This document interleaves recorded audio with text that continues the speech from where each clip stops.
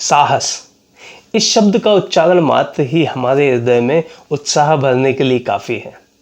किंतु साहस की परिभाषा अलग अलग व्यक्तियों के लिए अलग अलग हो सकती है। कुछ लोग इसे युद्ध कौशल से जोड़ के देखते हैं, कुछ लोगों के लिए अपने डर पर विजय हासिल करना साहस है। मेरे निकट अपने डर के बावजूद नैतिकता के पैमाने पर खरे उतरते हुए अपने निर्णय पर अटल बने रहना निश्चित रूप से साहस है। किंतु तब क्या करें जब आपका सामना किसी उन्मादी भीड़ से हो जाए।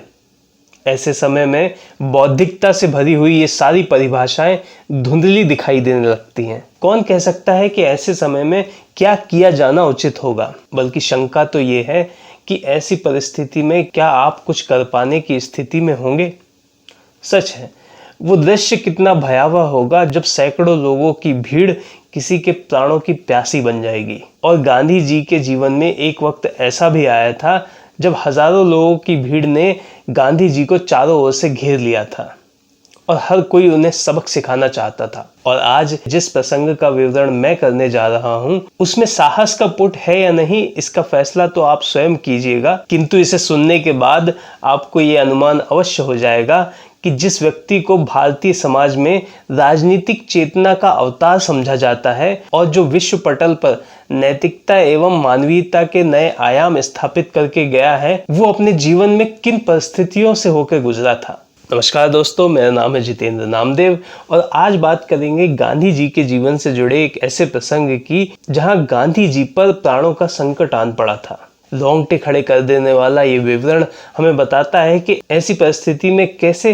गांधी जी ने न केवल अपने प्राणों की रक्षा की बल्कि अपने विरुद्ध हो गए लोगों को अपराधी होने से भी बचाया। मैं जितेंद्र नामदेव आपका स्वागत करता हूँ।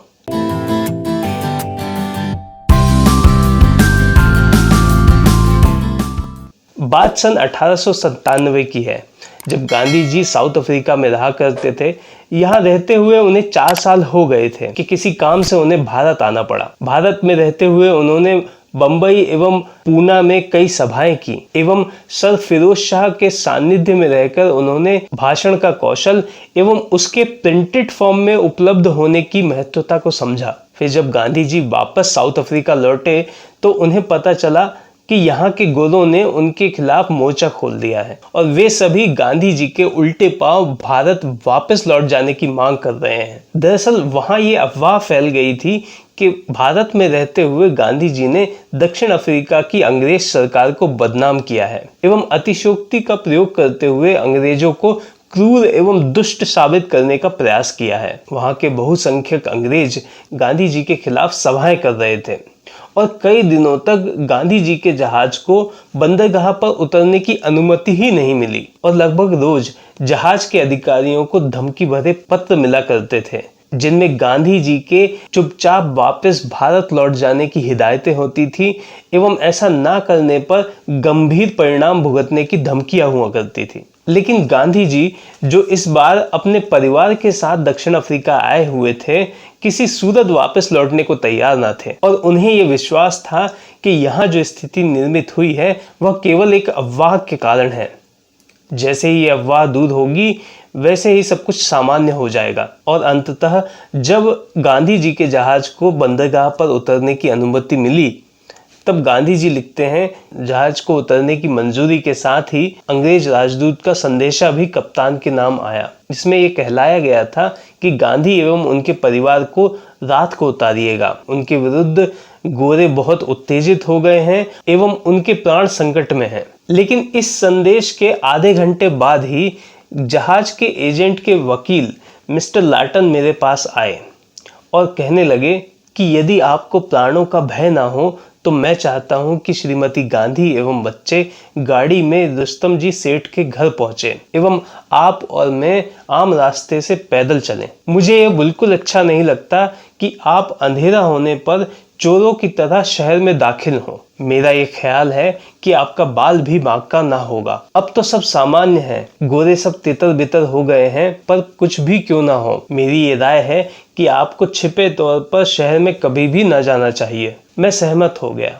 मेरी पत्नी एवं बच्चे गाड़ी में बैठकर रुस्तम जी सेठ के घर सही सलामत पहुंच गए। रुस्तम जी सेठ गांधी जी के बहुत अच्छे मित्र एवं साउथ अफ्रीका में हर कार्य में बराबर के सहयोगी थे। आगे गांधी जी लिखते हैं कि जैसे ही जहाज से उतरकर हम कुछ दूर चले, कुछ लड़कों ने मुझे पहचान लिया और वे गांधी गांधी चिल्लाने लगे। तुरंत ही कुछ लोग इकट्ठा हो गए और भीड़ बढ़ने लगी। मिस्टर लाटन ने भीड़ बढ़ती देख मेरे लिए रिक्शा मंगवाया।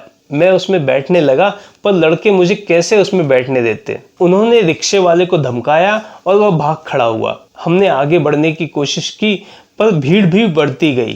पहले तो भीड़ ने मुझे मिस्टर लाटन से अलग कर दिया, फिर मुझ पर पत्थरों एवं सड़े अंडों की वर्षा शुरू हो गई। किसी ने मेरी पगड़ी उछालकर फेंक दी और फिर डंडे और लातें पड़ने लगी। मुझे गश आ गया। मैंने पास के घर की जाली पकड़ ली और दम लिया।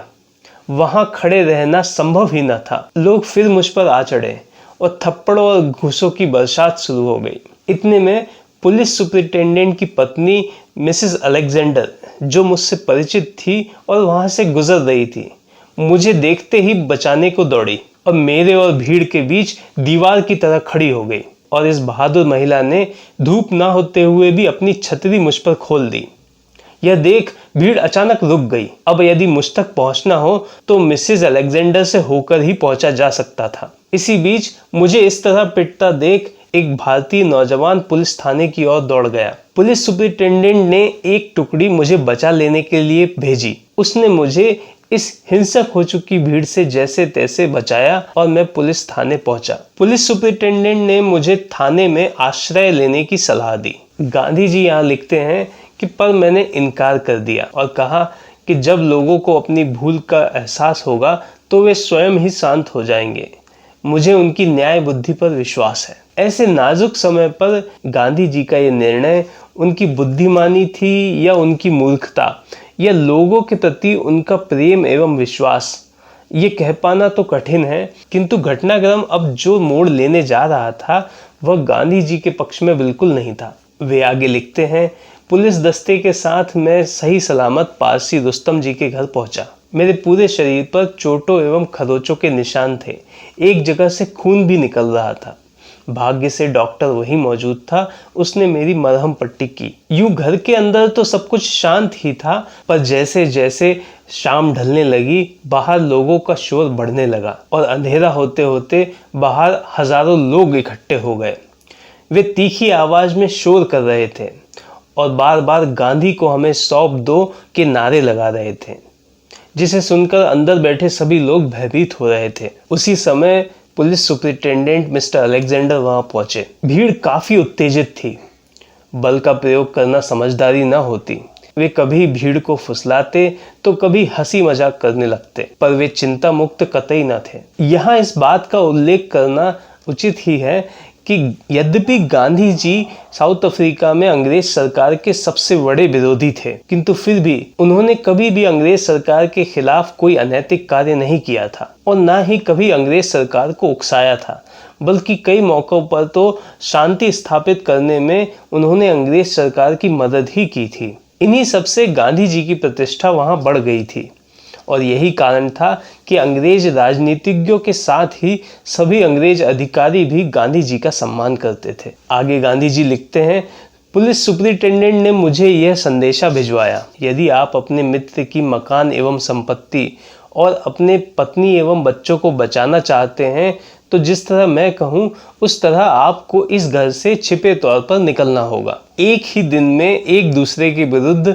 मुझे दो काम करने पड़े थे। जब प्राणों का भय काल्पनिक प्रतीत होता था तो मिस्टर लाटन ने मुझे प्रकट रूप से निकलने की सलाह दी और मैंने उसे मान लिया, और जब संकट प्रत्यक्ष रूप से मेरे सामने आकर खड़ा हो गया तो दूसरे मित्र ने ठीक उसके विपरीत सलाह दी और मैंने उसे भी मान लिया। कौन कह सकता है कि मैं अपने प्राणों के संकट से डरा, मित्र के जान माल के जोखिम से, या अपने परिवार की प्राण हानि से, या इन तीनों से? कौन निश्चय पूर्वक कह सकता है कि मेरा स्टीमर से हिम्मत दिखाकर उतरना उचित था या बाद में संकट प्रत्यक्ष सामने आने पर छिपकर भाग निकलना? पर घटित घटनाओं के विषय में इस तरह की चर्चा ही व्यर्थ है। उनका उपयोग तो बस इतना है कि जो घटित हो चुका है उसे ठीक से समझ लें और जितना सीख सके उनसे सीख लें। ऐसी परिस्थिति में कोई मनुष्य क्या करेगा यह निश्चय पूर्वक कहा ही नहीं जा सकता। सो जो कुछ भी हो, भागने के कार्य में उलझ जाने के कारण मैं अपने चोटों एवं दर्द को भूल गया। मैंने हिंदुस्तानी सिपाही की वर्दी पहनी, माथे पर चोट के प्रहार से बचने के लिए सर पर पीतल की तश्तरी रखी और उस पर मद्रासी तर्ज का एक साफा बांधा। मेरे साथ खुफिया पुलिस के 2 जवान थे। एक ने हिंदुस्तानी व्यापारी की पोशाक पहनी और दूसरे ने क्या पहना सो मैं भूल गया। हम पिछले दरवाजे से पड़ोस की दुकान में पहुंचे और गोदाम में लगी बोरियों को अंधेरे में टटोलते हुए दुकान के दरवाजे से भीड़ में घुसकर आगे निकल गए। गली के नुक्कड़ पर गाड़ी खड़ी हुई थी जिसमें बैठकर हम उसी थाने की ओर रवाना हो गए जिसमें आश्रय लेने की सलाह सुबह सुपरिटेंडेंट अलेक्जेंडर ने दी थी। और जब एक तरफ से मुझे ले जाया जा रहा था तब दूसरी तरफ से सुपरिटेंडेंट अलेक्जेंडर भीड़ से गाना गवा रहे थे जिसके अनुवाद कुछ इस तरह थे। चलो हम गांधी को फांसी लटका दें, इमली के इस पेड़ से फांसी लटका दें। और जब सुपरिटेंडेंट अलेक्जेंडर को मेरे सही सलामत थाने पहुंचने की खबर मिली तब उन्होंने भीड़ से कहा, ओह आपका शिकार तो यहाँ से निकल भागा है। भीड़ में किसी को गुस्सा आया तो कोई हंसा। बहुतों ने इस बात को मानने से इनकार कर दिया। इस पर सुपरिटेंडेंट अलेक्जेंडर ने कहा, तो आप अपने में से जिसे चाहे उसे नियुक्त कर दें, मैं उसे अंदर ले जाऊं, वह भली भांति देख ले। अगर आप गांधी को ढूंढ निकालें तो मैं उसे आपके हवाले कर दूंगा और यदि आप ना ढूंढ सके तो आपको यहाँ से जाना होगा। मुझे पूरा विश्वास है कि आप पारसी रुस्तम जी के मकान को हरगिज नहीं जलाएंगे और गांधी के स्त्री एवं बच्चों को कष्ट नहीं पहुंचाएंगे। भीड़ ने प्रतिनिधि नियुक्त किए। उसने तलाशी के बाद निराशापूर्ण समाचार उसे सुनाया और सभी सुपरिटेंडेंट अलेक्जेंडर की चतुराई एवं बुद्धिमत्ता की तारीफ करते हुए और मन ही मन कुछ गुस्सा होते हुए बिखर गए। इस घटना के उपरांत कई अंग्रेज राजनीतिज्ञों एवं अधिकारियों ने इस घटना की निंदा की एवं गांधी जी से मिलकर दोषियों पर मुकदमा चलाने की पेशकश की, किंतु गांधी जी ने इसे सिरे से नकारते हुए यह कहा कि जो लोग पहले से ही गलतफहमी के शिकार हैं उन पर मुकदमा चलाने से क्या लाभ होगा, और फिर मैं उन्हें दोषी भी नहीं मानता। दोष तो उनका माना जाना चाहिए जो उन लोगों को समझा सकते थे एवं सही रास्ता दिखा सकते थे। अतः इस विषय में जब सत्य उजागर होगा तब वे लोग स्वयं ही पछताएंगे। मुझे मुकदमा कायम करने की कोई आवश्यकता नहीं है। उसी दिन नेटाल एडवर्टाइजर नामक अखबार का एक प्रतिनिधि मुझसे आकर मिला। उसने मुझसे कई प्रश्न पूछे और बदले में मैं प्रत्येक प्रश्न का पूरा उत्तर दे सका। सर फिरोज शाह मेहता के प्रताप से उस समय हिंदुस्तान में मैंने कोई भी भाषण बगैर प्रिंट करवाए नहीं दिया था। अपने उन सभी भाषणों एवं लेखों का संग्रह मेरे पास मौजूद था। मैंने वह सब उसे दे दिया और यह सिद्ध कर दिखाया कि मैंने हिंदुस्तान में ऐसी एक भी बात नहीं कही जो यहाँ अधिक तीव्र शब्दों में ना कही हो। इस खुलासे का एवं हमलावरों पर मुकदमा ना दायर करने का इतना अधिक असर हुआ कि गोरे शर्मिंदा हुए। समाचार पत्रों ने मुझे निर्दोष साबित किया एवं फसाद करने वालों की निंदा की। इस प्रकार परिणाम में तो मुझे लाभ ही हुआ। इससे भारतीय समाज की प्रतिष्ठा बढ़ी और मेरा काम और अधिक सरल हो गया। और यहाँ ये प्रकरण समाप्त होता है। भय एवं रोमांच से भरा हुआ ये प्रकरण हमें साउथ अफ्रीका में गांधी जी के संघर्षपूर्ण जीवन के बारे में बताता है और जिस तरह गांधी जी ने अपने प्राणों की परवाह ना करते हुए भी अपने निश्चय पर अटल रहना स्वीकार किया, वह निश्चय ही प्रेरणादायक एवं अभूतपूर्व है। एवं इतिहास में ऐसे प्रसंग कम ही मिलते हैं जब कोई व्यक्ति अपने लोगों के लिए अपने जान और माल की परवाह किए बगैर इस आत्मविश्वास के साथ आगे बढ़ सके और लोगों को एक नेतृत्व प्रदान कर सके। ऐसे महात्मा को मैं सादर प्रणाम करता हूँ। ये थी आज की कहानी। उम्मीद है आपको पसंद आई होगी। इसके बारे में अपने विचार मुझे लिख भेजें। अगले एपिसोड में फिर मिलेंगे किसी नई कहानी के साथ, किसी नए किस्से के साथ। तब तक अपना ख्याल रखिए। मुझे धैर्यपूर्वक सुनने के लिए धन्यवाद।